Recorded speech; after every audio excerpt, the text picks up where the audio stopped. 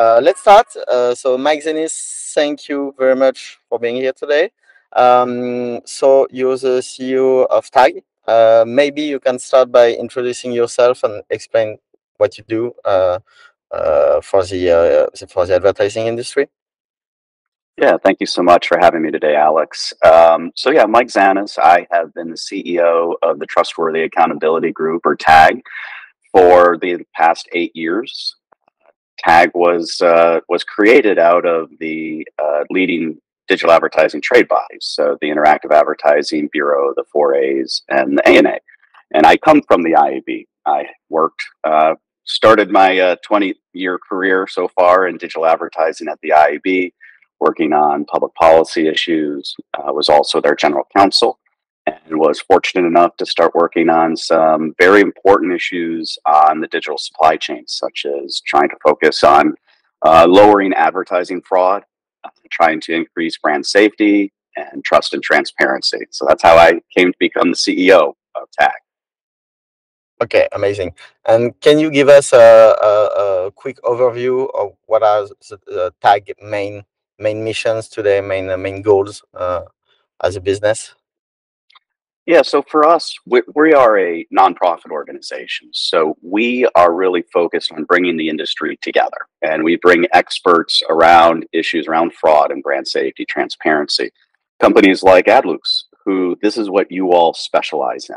And so we don't have the technology that you have, but we are able to organize the industry and bring the collective brain power to bear on some of these issues. So we started this mission 8+ years ago, and it was really initially focused on just criminal activity in the supply chain. And so we were looking very specifically at advertising fraud, or as we call it, invalid traffic, right? It's really about protecting marketers and their ad spend from the criminal networks and are trying to commit advertising fraud.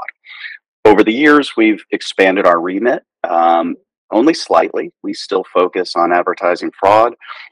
But what we saw was that there are these linkages between the criminal networks committing fraud and things like the piracy of content, ad-supported piracy, the distribution of malware within ad creative, so malvertising.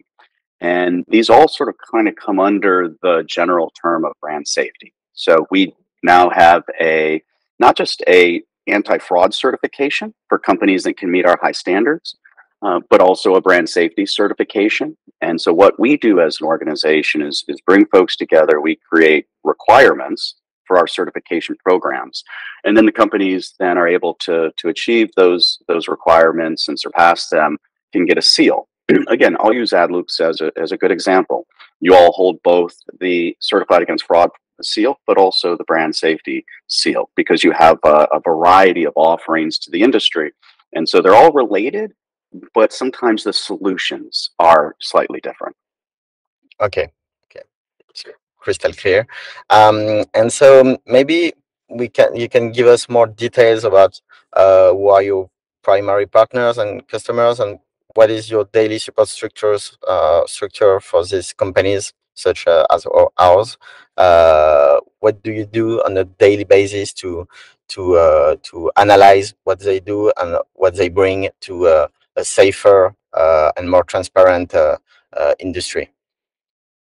So one of the reasons that as we were creating TAG, that we spun it out of the IAB was that we knew this had to be a full supply chain partnership. If we were going to take on these issues that are costing the industry literally billions of dollars a year, that we needed to have marketers as part of the solution. We needed to have the ad agencies and holdcos as part of the solution, as well as the intermediaries and the publishers. And of course, the tech vendors then come along and help provide these sorts of services. So we work with the entire industry, marketers all the way down to publishers. And to us, that's vitally important. And so often we kind of talk about these issues. We talk about brand safety, for example, as a publisher problem. Well, the content on the page may not be safe or suitable to a marketer. To understand how to either identify that content or how to transmit information up the supply chain so that marketers are empowered to show up next to the type of content that is desirable and is suitable. You have to have them all working together. So we bring the entire industry together through a variety of working groups. So we have a brand safety working group. We have a fraud working group. We also have now a transparency working group, which is a relatively new program for TAG. And there, it's sort of unique because we get all of the partners and often are not speaking to each other about how to solve problems. They're trying to really just transact from a business perspective on a day-to-day business, day-to-day schedule. But they come together at TAG to solve problems together. So when the publishers and the intermediaries are introducing and implementing solutions, we want the buyers to value that. We want the buyers, whether it's at the DSP level, agency, or marketer level, to value the trusted partners downstream that have made the required investments to protect the ad spend. And that only happens through collaboration.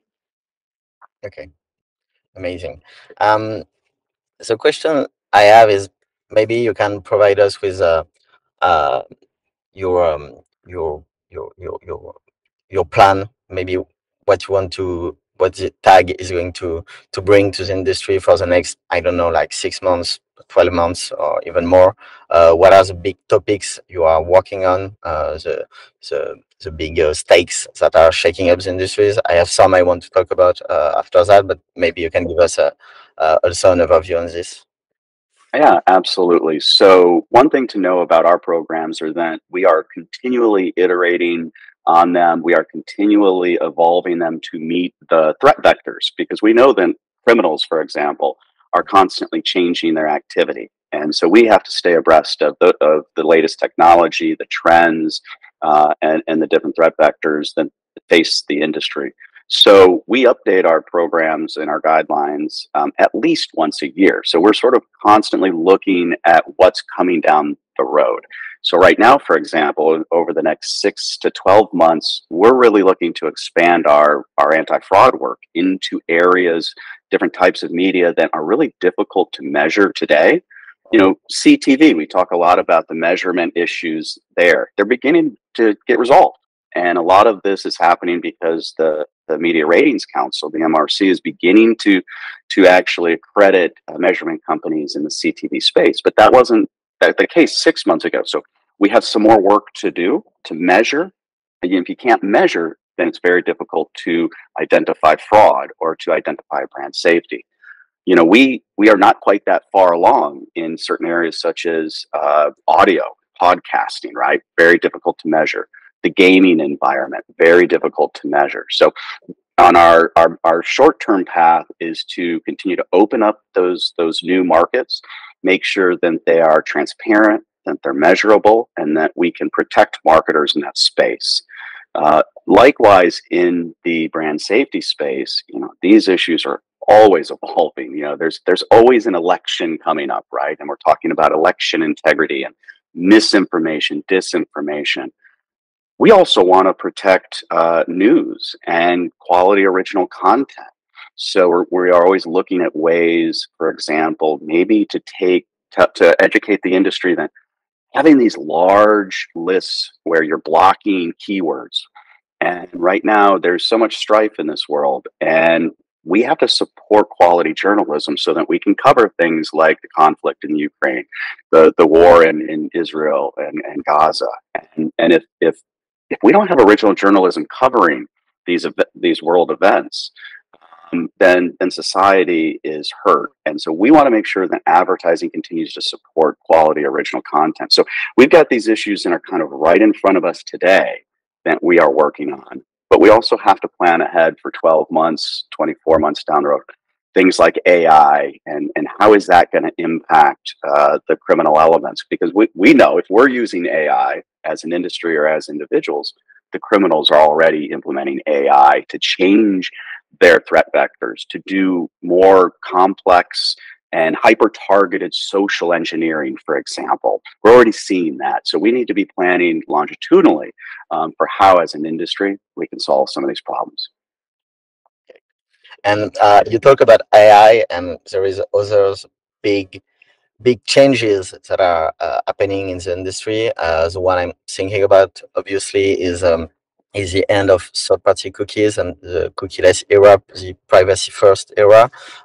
What is your position on this, and how can Tag can help and can prepare for the whole uh, brand safety and fraud, fight against fraud, and in such a new environment which is evolving really fast? Yeah, the technology is changing, right, for our industry, whether it's the deprecation of the third party cookie. Now we're hearing, Google's just made announcement about obfuscating IP addresses and the like. So as privacy gets pushed out, we need to make sure that security doesn't get left behind. We've worked through these issues across the EU. We've been working under GDPR constraints for years. And originally, there was some concern that we wouldn't be able to share specific intelligence about fraud attacks or malvertising attacks. One of the things we do at TAG is we're what's called an information sharing and analysis organization. That means we bring the industry together to share intelligence. So if one platform sees a malvertising attack or a bad actor on their platform, chances are that bad actor, that threat vector exists across multiple platforms. So we allow companies to talk to each other in a safe, secure environment where we can now all more effectively fight the criminal behavior, identify it more quickly, and squash it as fast as possible. So it can create challenges, the privacy issues, but again, this is all about planning, right? We just talked about having a plan and seeing what's coming down the road for us. So we've dealt with things like this in Europe. We will deal with them as they sort of become systematic through some of the operating systems or some of the browsers. And I think that we will be able to effectively, because we're not worried about the individual person or the consumer. We specifically try to strip personally identifiable information out of any of this data that we receive. So we will find effective ways to continue to fight fraud and increase brand safety and improve transparency. Yeah, because basically this new privacy first world, which is being pushed by government agencies and then by tech companies, it's built for the end user to protect end users and consumers, but it's not built to protect brands and to protect advertisers. And sometimes the best intentions can have these unintended consequences, right? The more than you obfuscate the user and their activity, the more difficult it is to identify when you see something that just looks wrong, that looks suspicious, to identify going back to the source. This is where collaboration is key, because seeing one data point, may have a red or yellow flag go up, but having dozens or even hundreds of data points come in, suddenly now we can triangulate back to the source. Yeah. Okay. And we talk about fraud. I want to address something. There's this buzzword that has been, talked about a lot the last few months, particularly since the Association of National Advertiser released a study back in June. It's a made for advertising website. It's like basically at AdLooks we knew what it is, and we still do, and we still fight this kind of fraud, but suddenly everybody began talking relentlessly about about MFAs, about made for advertising website. What is your opinion on this?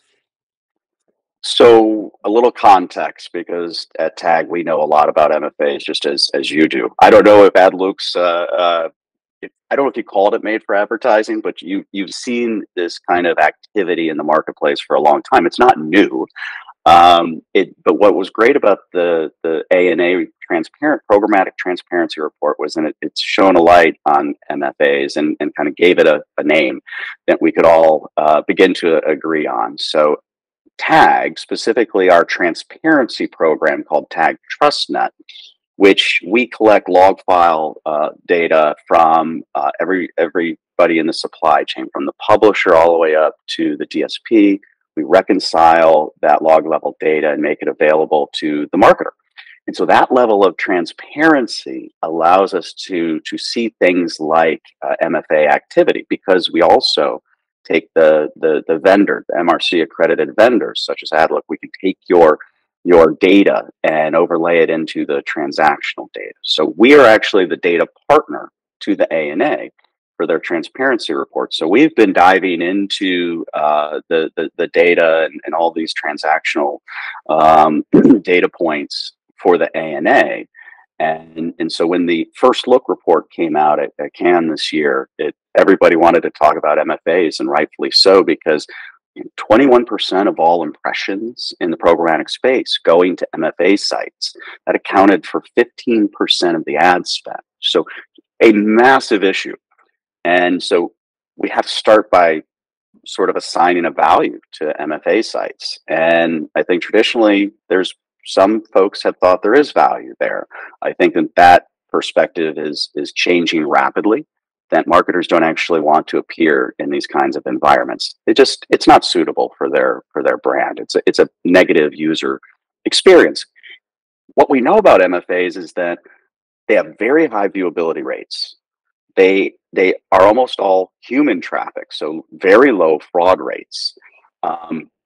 They tend to have brand safe content on them, although a lot of times that content has been stolen, pirated from another site.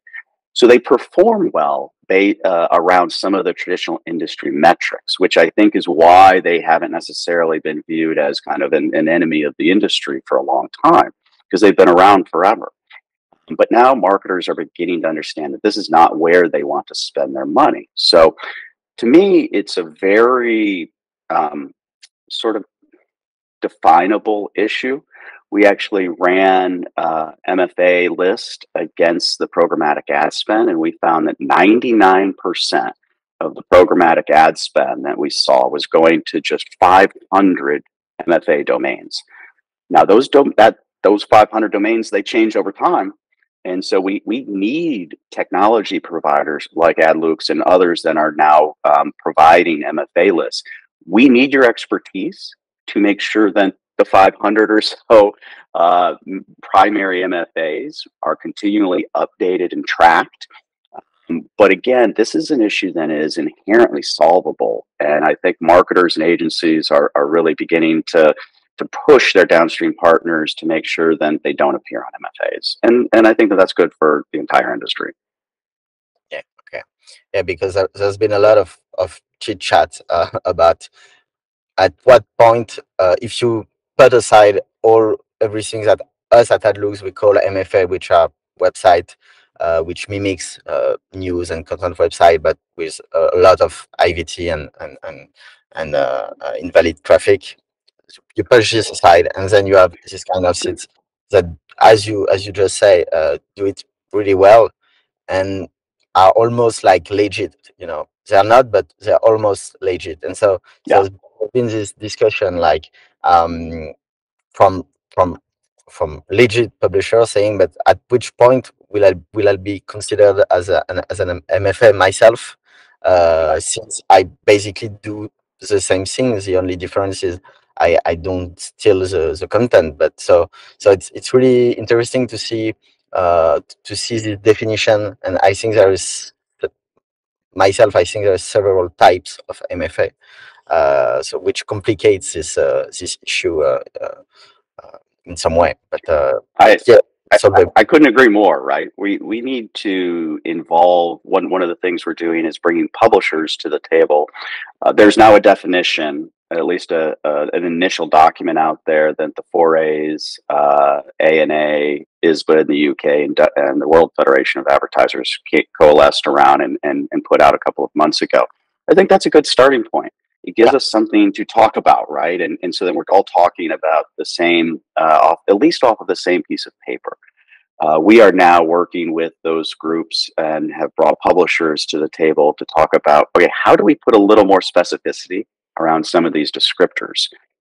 And how do we take 5 or 6 kind of identifying characteristics of an MFA, and how do we determine how to apply those to an actual website? Because let's be honest, every virtually every website in existence is made for advertising.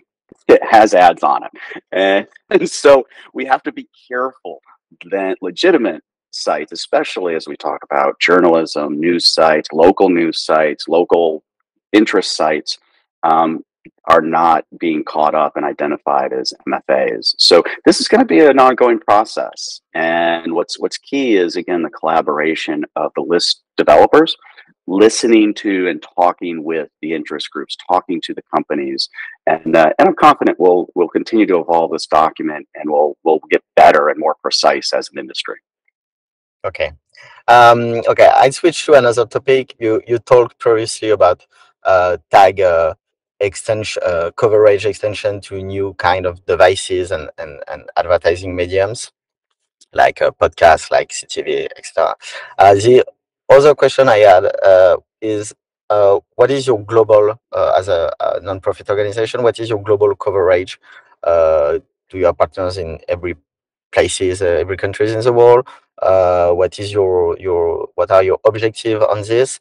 And the second question going after that is, according to you, which markets, Europe, Asia Pacific, North America, which markets are the most mature on brand safety, according to you? Yeah.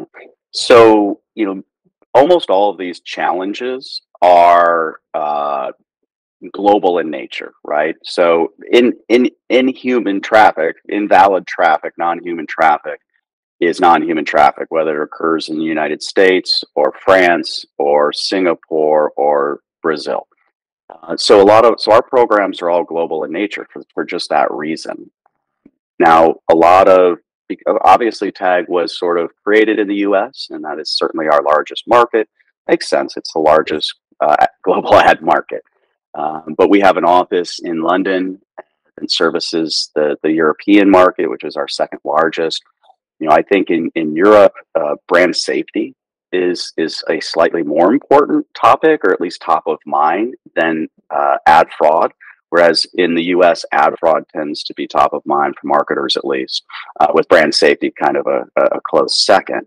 And then I think when we look, so we have a large presence in Asia Pacific region. We have lots of members across that region. 750 member companies of Tag.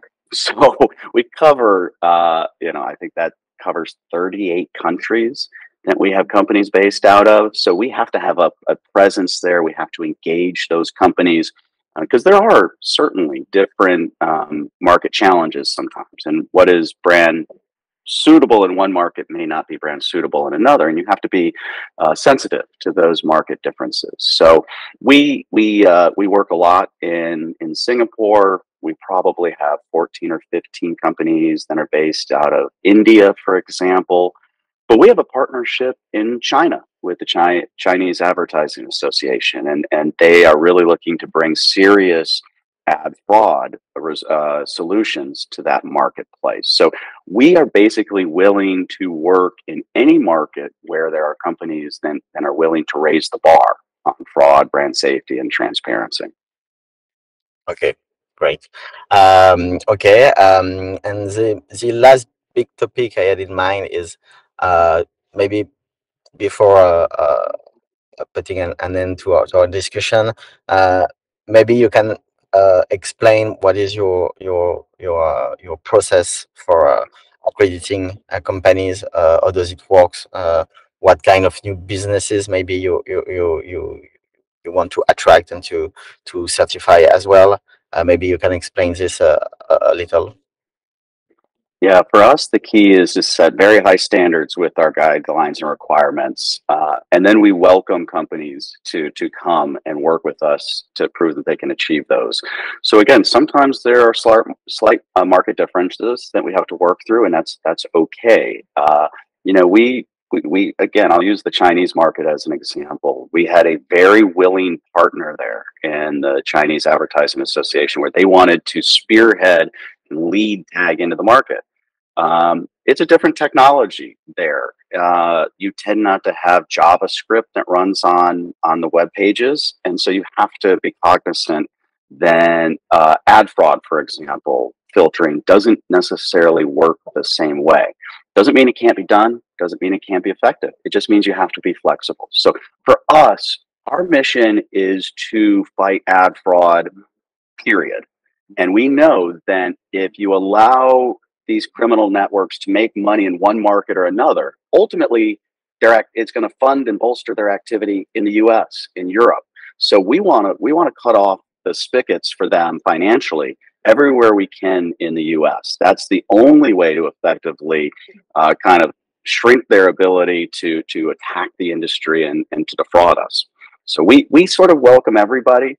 There are certain areas where either a market may not be mature enough, or I think South and Central America have been a little slower to take on some of these issues. It does not from a lack of desire. It's just they're not quite as organized and cohesive, obviously, as the U.S. or even the European market. Sometimes it may not feel that way, but that is the case. So, but we feel strongly that if we can bring solutions to each of these markets that are sort of easily adoptable, and our standards are easily adoptable, then we'll be successful. So we try to work with everybody. Sometimes there are just cases where it won't work, and that's okay too. Okay, thank you. And one last bonus question. I'm sorry, but I just wanted to know your standpoint. We didn't talk about it that much. What is the tag standpoint regarding social media? There's a lot of changes as well in the industry.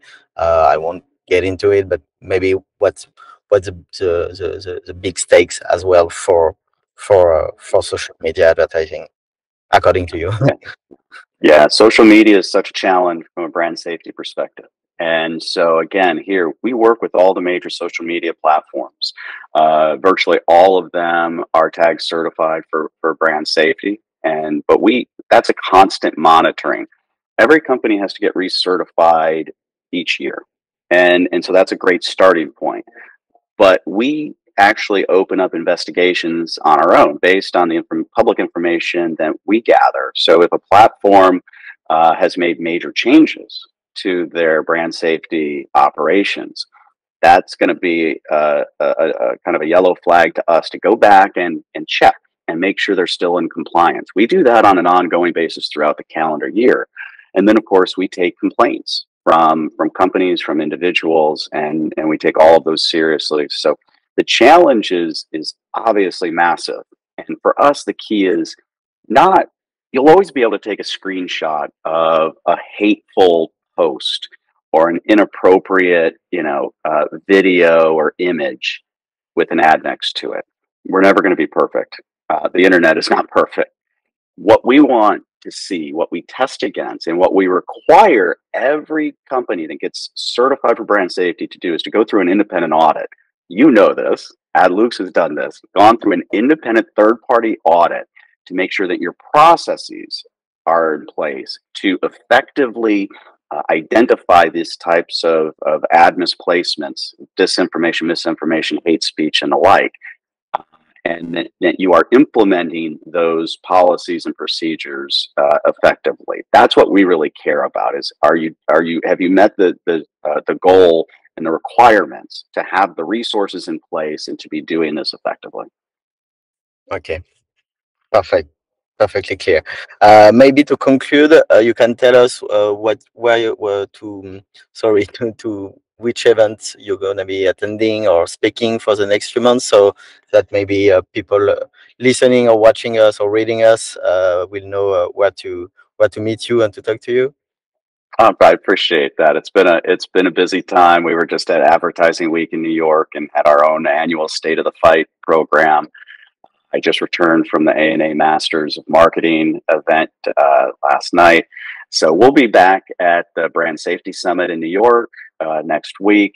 And then looking to early 2024, we go to all the big industry events. We'll be at CES. We'll be at IAB Annual Leadership Meeting. We'll be at a number of ANA meetings. and at the possible conference later on in the in late spring, early summer. So, and that's just in the U.S. We will also be in Singapore at the Brand Safety Summit. There, we'll be in London for the Brand Safety Summit. We'll be at events like Advertising Week in London, is European Advertising Week in London as well. The beauty of having a European team is then they can cover that region. Our DC based team can cover this region, and every once in a while, we have we have a full-time consultant in based in Singapore. So we know we have to have boots on the ground. We have to be working with our members, working with the industry, and also educating. So it's not just engagement, it's education. Okay, amazing. Mike, thank you really much for answering our questions. And maybe let's talk soon for another episode. Thanks so much, Alex. Enjoyed it.